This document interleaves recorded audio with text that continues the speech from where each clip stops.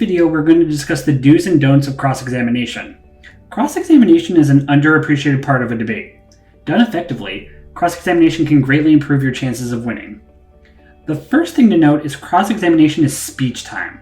What that means is cross-examination is something that can be prepared for and practiced, just like constructive speeches and rebuttals.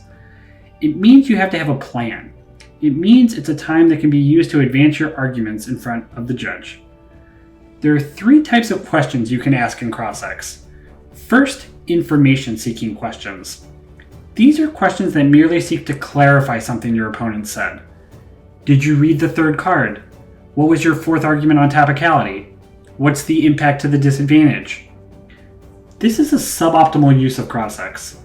These kinds of questions give your opponents the opportunity to explain the intricacies of their argument, but that may not help you understand their argument in the first place.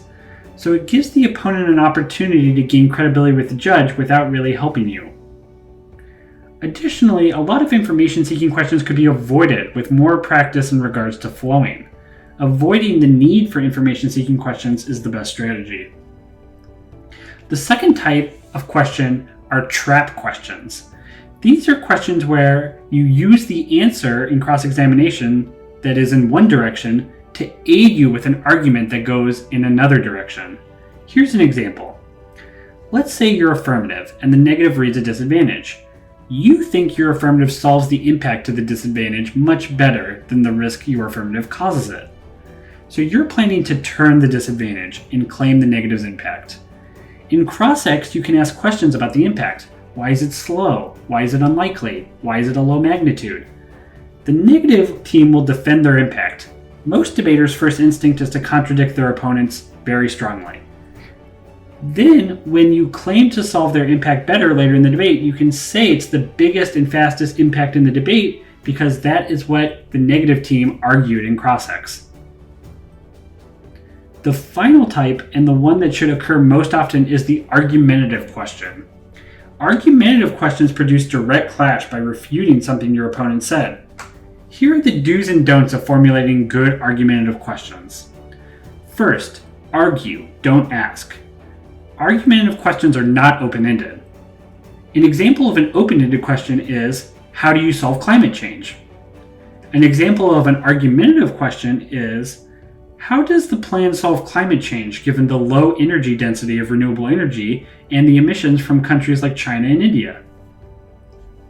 You want the judge to begin getting a sense of what your points of attack will be, and not give your opponents wide latitude to explain their arguments. Second, don't beat a dead horse. Cross-examination is not a courtroom drama. You cannot berate your opponents into conceding your point. Cross-ex is a speech, and the rules of efficiency apply to cross-ex as well. Your goal should be to highlight as many points as you can effectively. You should strive to do this with the first iteration of your question. Third, write your questions down. Cross-ex is a speech that requires preparation. You write down notes and things to say in every other speech. Cross-ex is no different. If you're giving a cross-examination, that means you're not about to give a speech, so your main jobs are to flow your opponents and prepare cross-ex questions by writing them down. Here are some more common mistakes that people make that you will want to practice avoiding. First, the Control F test. This kind of question is when you ask your opponent where is the line in their evidence that says a specific thing. This type of question slows cross-ex down noticeably because the opponent is given an opportunity to look at their evidence. It's a difficult exchange to win.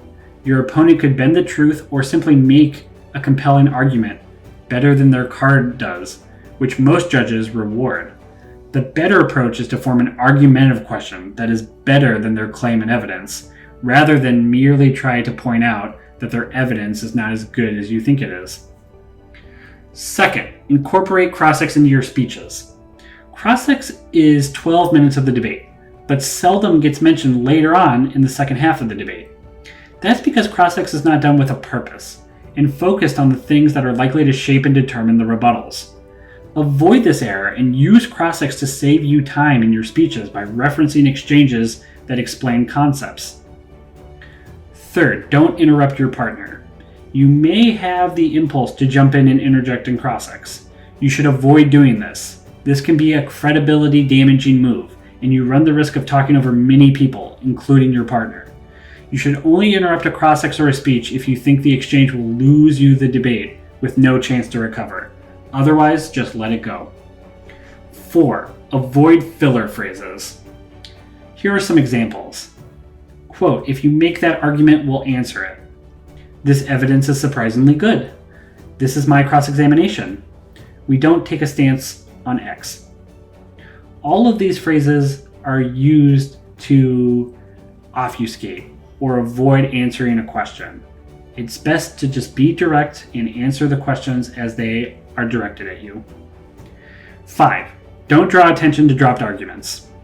Cross-exing dropped arguments is always a recipe for a terrible backfire. If an argument really is dropped, you can't lose on it.